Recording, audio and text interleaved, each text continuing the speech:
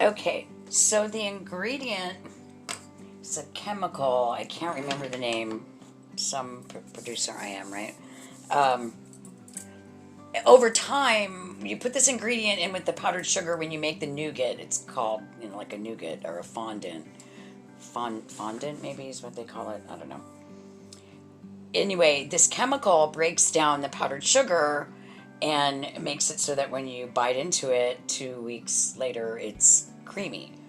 But I have looked for a couple days, and other than ordering it and not being able to get it in time for what I want, I'm going to try something totally experimental, just based on my cooking experience. I'm going to go ahead with the powdered sugar, of course. And I don't know if you've ever worked with powdered sugar, but it just a couple drops and it becomes malleable, right? So too much and it'll never dry. Then it's a glaze.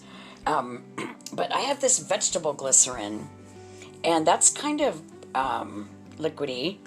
And I know if you don't make the powdered sugar dry enough, as like a cookie frosting, it takes forever to dry and it can get liquidy. So I'm gonna try. I haven't decided yet, but I'm gonna use the vegetable glycerin by like a couple drops, and then I also have cherry flavor to put like 1 or 2 toothpick drops inside there. And I am gonna make. I need to see. I want to probably, yeah, okay.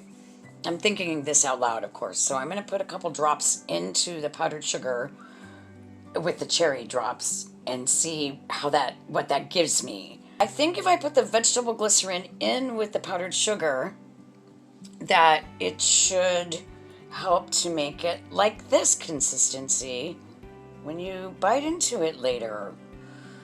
So I'm gonna try it. If it doesn't look like that's gonna be enough inside the powdered sugar, oh, that's really nice. Oh, I like that.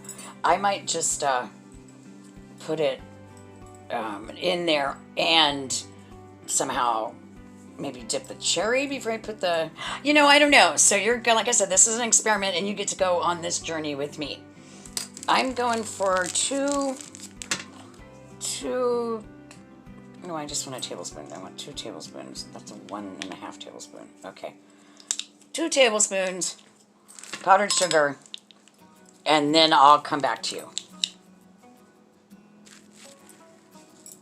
Okay, I ended up going with 3 tablespoons. I need to get something to stir that with, darn it. Always have the right tools. Always have your tools prepared ahead of time. Excuse me a moment while I find a tool.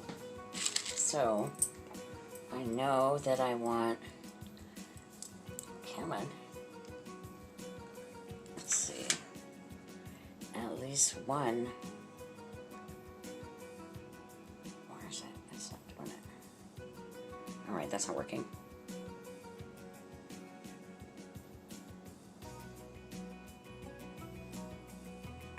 That's like 2, 3, 4, something like that. You want at least 1 drop of cherry flavoring, or you can also use cherry emulsion, which you can buy wherever you buy baking stuff, fancy stuff like that, at the craft store. Okay, that's in there. It smells really good. Let's see what we get here. I think I better just try this way. Oh, that's nice. 3, 4, 5, 6. Maybe 7, 8 if we go with what's in there.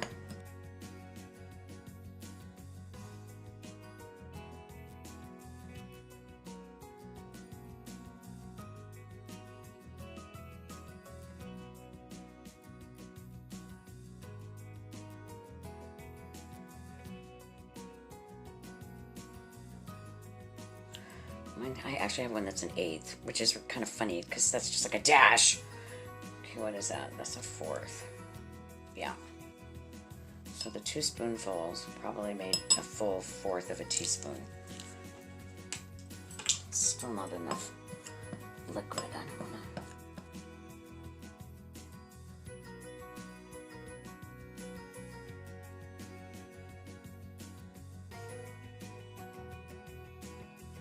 different way. I'm going to put you on pause because I need some water. So back to my, always have your ingredients and your tools together before you start. Okay, this is just room temperature filtered water. And this is where I guess that 1/8 teaspoon might come in handy. Just a couple drops of water at a time.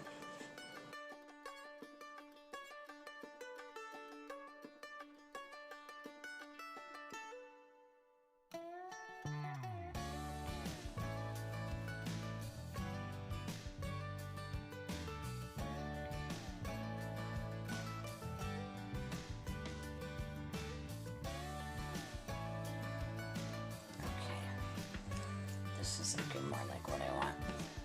What I'm looking for is I want it to be dry enough and soft enough that I can mold it.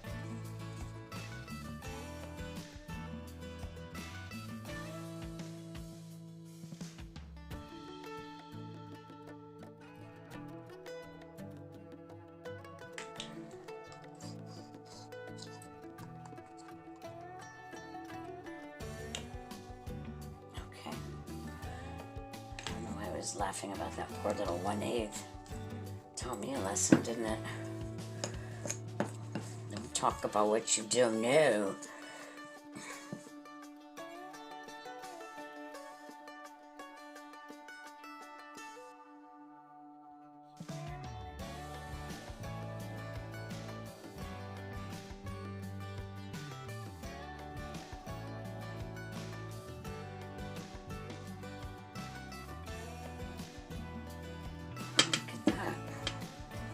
Wow, it just kind of magically materialized into what I might want it to be. Let's see if that's going to hold up. That's really going to be the case. It certainly looks like it might be. Yay! Well, it's a good thing these are for me because I just did a total no-no. I licked my fingers and then I'm intending to put them back in there, so I guess I better wash them. So these need to go in the freezer. So I lined a pan with parchment paper, and I was supposed to already have that out. Again, have your tools together, because see how that's, so this is what I'm doing, this is what I'm thinking, right? Okay, this guy, and then he gets wrapped with the sugar glycerin. A little bit like so. Goes on the freezing cold pan, so it kind of stops it from liquefying. So in the thing I was watching, the person actually covered the cherry totally with this stuff, but I don't know if I have enough right now. I mean, this is my experiment, so. Okay. All right, so you get the point. I'm gonna do this for as many cherries as I can. And I think what I'm going to do is in between them, I'm going to put this pan back in the freezer. There we go. All right, guys, see that? Maybe I should put that over there. There we go. In the meantime, the pan's going to go back in the freezer. And that's why these cherries need to be dry, because you're putting this stuff that just collapses with water on them.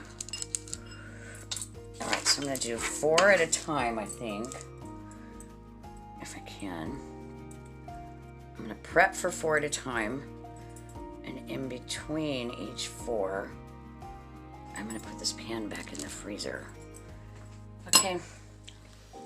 Pause, beloveds. And I'm making progress. I'll be right back. Okay, so these are going in the freezer. I'm out of the filling fondant. I have 7 cherries left. I might have to just dip those in chocolate when I get to that part and eat them. We have 2, 4, 6, 8, 10, 12, 14, 16, 17. Interesting. 17 cherries with the fondant that are going back in the freezer. I'm going to freeze them for an hour, 60 minutes, and I will be back to you. More to come. Okay, this is the part where I babble while I paint. I'm having this issue. It's a real issue. It has to do with the English language and the abuse of it I've heard lately. I certainly am no speller, nor do I do punctuation very well.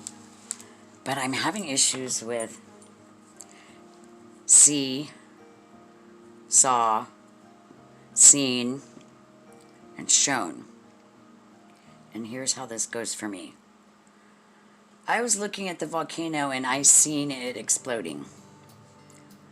We were in the hills and we seen it. Okay, here's the example.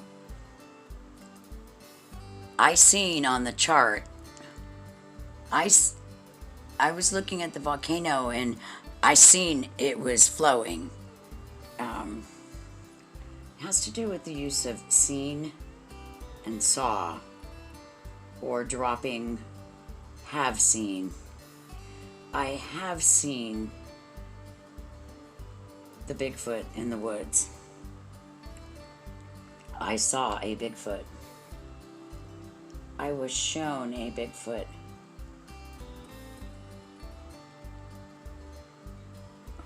See, I see a Bigfoot. I saw a Bigfoot. I have seen, not I seen.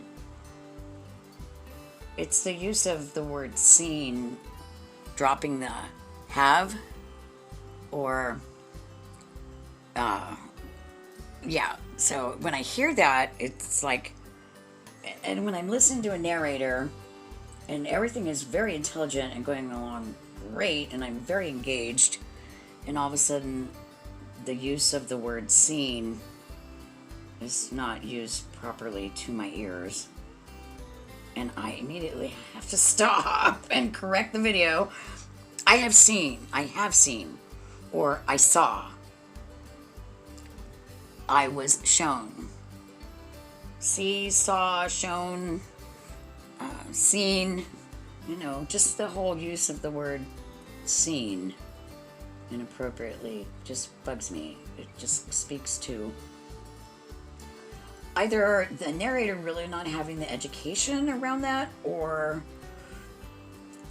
not caring. And that bothers me for some reason. So that's my ramble, my babble. I guess my rant babble at the moment. But let's put that in the context of, I saw what I thought to be a glyph. And I have seen what I think to be a glyph. I was shown a glyph.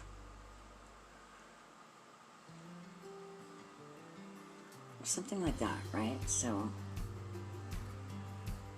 that's my rant and my babble while I'm waiting for my cherries to freeze.